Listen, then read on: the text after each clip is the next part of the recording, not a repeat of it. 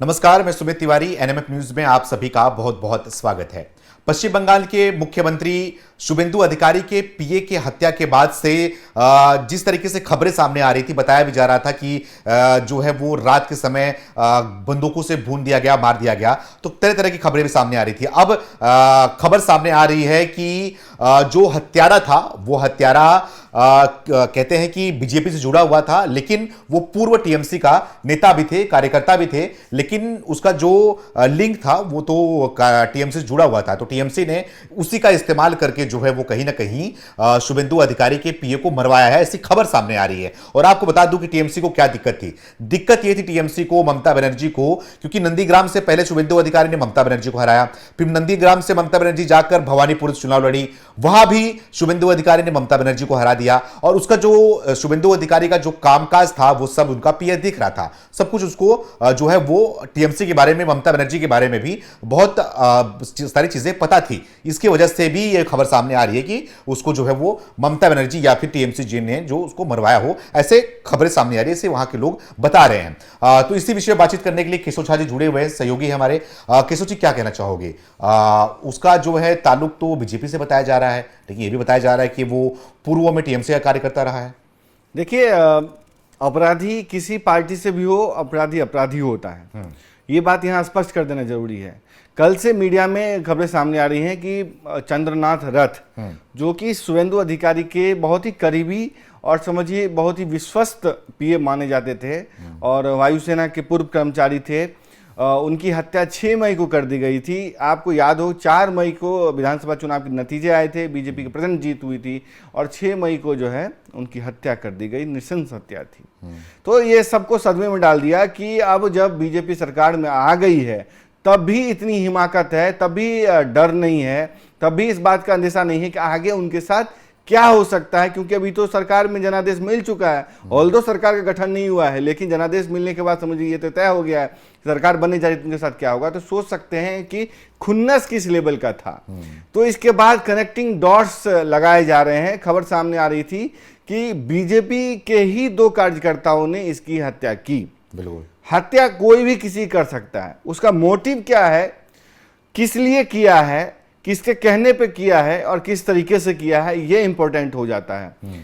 तो बीजेपी के भले वो दोनों कार्यकर्ता थे, बीजेपी पे आरोप लग रहे हैं कि उसी ने करवाया हत्या ताकि एक सिंपैथी ले सके, लेकिन यहां ये स्पष्ट कर देना जरूरी है कि वो दोनों नेता जो है बीजेपी में शामिल होने से पहले, विधानसभा चुनाव होने से पहले टीएमसी में थे।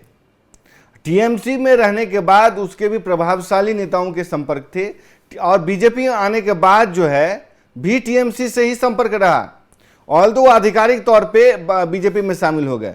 यहां यह भी बता देना जरूरी है सुमित जी कि बंगाल में ये ऐसा कैडर सिस्टम नहीं चलता, मध्य प्रदेश जैसे, यूपी जैसे, बिहार जैसे कि कैडर है उसी के साथ इंटैक्ट रहेगा। बंगाल में एक प्रोफेशन के तौर पे राजनीति को लिया जाता है। आज जो है लेफ्ट में जो लोग थे वो जब टीएमसी की सरकार आई, या हवा, मतलब ये कह सकते हैं, रामविलास पासवान के बारे में कहा जाता है कि भारतीय सियासत में सबसे ज्यादा मौसम वैज्ञानिक किसी सियासतदान को कहा जाए तो रामविलास पासवान है। लेकिन अगर किसी राज्य की जनता को मौसम वैज्ञानिक कहा जाए तो बंगाल की जनता है। अच्छा, बंगाल के पॉलिटिकल कार्यकर्ता हैं जिनको कि अंदेशा लग जाता है, अंदाजा हो जाता है किसकी सरकार आने वाली है, तो वो उससे पहले तैयारियां शुरू कर देते हैं कि उसकी तरफ शिफ्ट हो जाते हैं। यानी कि 2011 में या उससे पहले जब उनको लगने के लगा था कि अब बचे खुचे दिन जो हैं बचे हुए हैं लेफ्ट के, तो वो टीएमसी में शामिल हो गए और टीएमसी से जब लगा कि अब इनके भी दिन बहुरंगे हो गए हैं या बीजेपी आने वाली आज न कल, तो बीजेपी में शिफ्ट हो गए। तो मैं उधर आ रहा था कि ये 2 जो आरोपी थे, मुकेश सोनकर या सागर सोनकर, इन दोनों को सीबीआई ने गिरफ्तार किया। किस जगह से गिरफ्तार किया है इसका पता नहीं चल पाया है और उसको जो कॉल है, टीएमसी के कुछ नेताओं के कॉल जो थे उसको इंटरसेप्ट किया सीबीआई ने। उसके बाद जो है इसकी गिरफ्तारी सुनिश्चित हुई। उसके बाद पता चला जांच करने के बाद कि ये बीजेपी का कार्यकर्ता था। लेकिन सीबीआई के सूत्रों ने समाचार एजेंसी को बताया कि ये लोग टीएमसी नेताओं के संपर्क में थे जब ये वारदात को अंजाम दिया गया। यानी कि मल्टी पार्टी इन्वॉल्वमेंट की बातें सामने आ रही हैं कि इसका इस्तेमाल जो है टीएमसी के नेताओं ने अपना खुन्नस निकालने के लिए किया।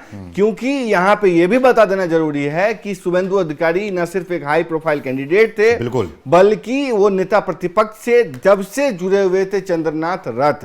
यानी कि उनके डेली रूटीन से लेकर के उनकी चुनावी रणनीति तक का कामकाज जो है। क्या लगता है कि ममता बनर्जी का और टीएमसी का काला कारनामा उनके पास था, बहुत सारी चीजें पता थी, अब सरकार बदल रही थी तो उनको लगा कि अब ये जो है वो एक्सपोज कर देंगे या फिर कुछ चीजें लंबे समय तक ये सुनिश्चित करने की कोशिश की गई कि ममता बनर्जी अजय हैं, वो सी इज ए स्टेट्समैन।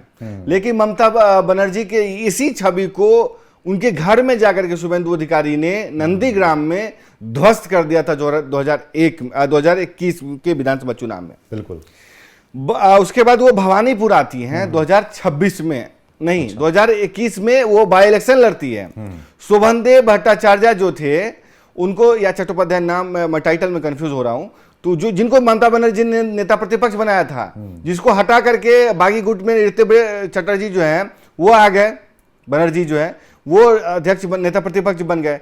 तो उनकी सीट खाली करके ममता बनर्जी जो है चुनाव लड़ती हैं, भवानीपुर से विधायक बनकर के चीफ मिनिस्टर रहती है, क्योंकि वहां विधान परिषद नहीं है तो आपको 6 महीने के अंदर चुनाव लड़ना ही पड़ता है। तो ये हुआ। अब जब 2026 का मामला आया तो 2026 में जो है ममता बनर्जी भवानीपुर से चुनाव लड़ते हैं, भवानीपुर पहुंच जाते हैं कौन, शुभेंदु अधिकारी, और यहां भी पटकनी दे देते हैं। बिल्कुल, पूरी तो यानी कि ममता बनर्जी 2 बार एक ही कैंडिडेट से सीट बदलने के बावजूद, चीफ मिनिस्टर रहने के बावजूद पटकनी खाती हैं। तो वो जो छवि थी उसको ध्वस्त किया और उसकी सारी रणनीति जो है चंद्रनाथ रथ नेता प्रतिपक्ष के दौर से शुभेंदु अधिकारी के साथ थे और वहां पे उन्होंने इसकी जिम्मेदारी निभाई। एक तो सेना का अधिकारी, मतलब वायुसेना का, ऊपर से मतलब पूर्व था, ऊपर से पीए, ऊपर से शुभेंदु अधिकारी का पीए, और सारी रणनीति ममता बनर्जी को हराने में शामिल रहा।